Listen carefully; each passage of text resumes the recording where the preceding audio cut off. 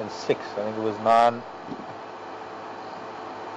It was 6 adult, 6 adult females and 9 cubs, 5 and 4, I think it was, 5 males, 4 females. I'm not sure of that breakdown, but if I remember correctly, 15 cats with 6 females and 9 youngsters. We've got 9 cats here, I think, at the moment, if I'm not mistaken, or less. Pat, how many did you see this morning? I didn't even count today.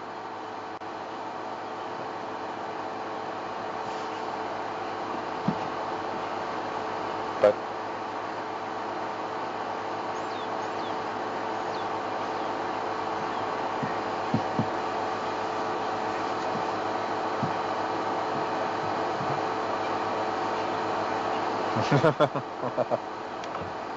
thanks, Kay. Yes.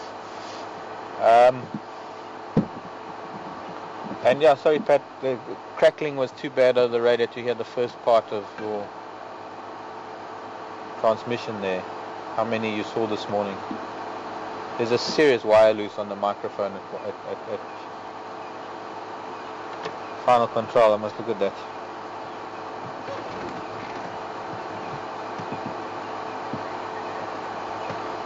Okay, thanks. 8 individuals. 3 females, 5 youngsters, I think.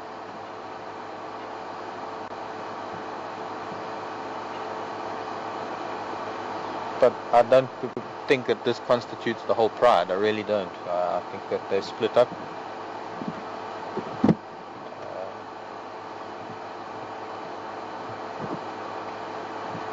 Could have something to do with feeding. Cubs are getting a lot bigger now. It's a lot easier to feed a smaller group than it is to feed a larger group. I can't believe that they've lost so many individuals over the last few months. I know they've lost a couple of cubs here and there, and I heard about this female that was, I think it was Arethusa airstrip, wasn't it? I might be wrong. Maybe it was a cub that was killed there. But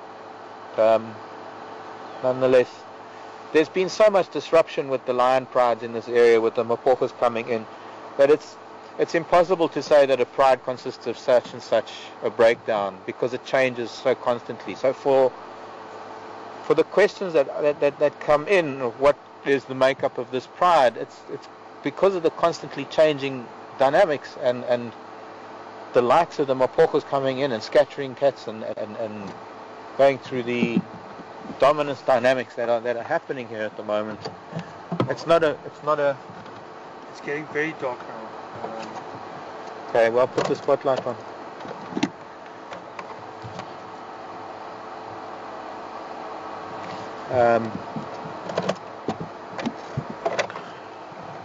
M said we stay to about 4:15. I thought you heard that. We're just going to stay a little bit longer. We're supposed to head back so we can get the jigger out to Dixie for Walala Wasala. I think under the circumstances we're allowed to just stay a little bit longer. So yeah, I think with constantly changing numbers, what was the Styx pride 2 months ago is not what the Styx pride is now, and it's only until the whole male issue is sorted out with all these lions in this area will everything stabilize. I don't believe there's much stability at the moment with the Mapochas. A lot of what is going on here is very unusual in my experience with lion all over Africa, in that such a large coalition can have such a large impact over so many different groups of lion. But as I was saying, with cubs growing up a lot and needing a lot more food, you see it is more, what's the word I'm looking for? It's more functional. It is more,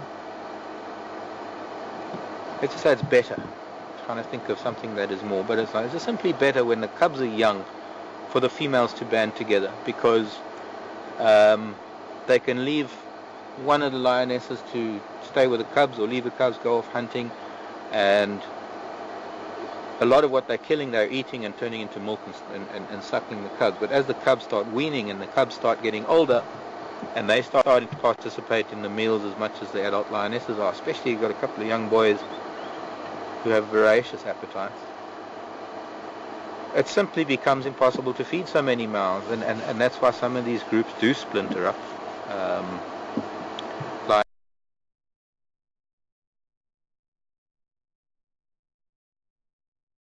Lionesses take their own offspring. There are also reasons that I've noticed in the past for lionesses taking off with their cubs, is because those cubs are not necessarily going on a kind of big nomadic sub-adults until they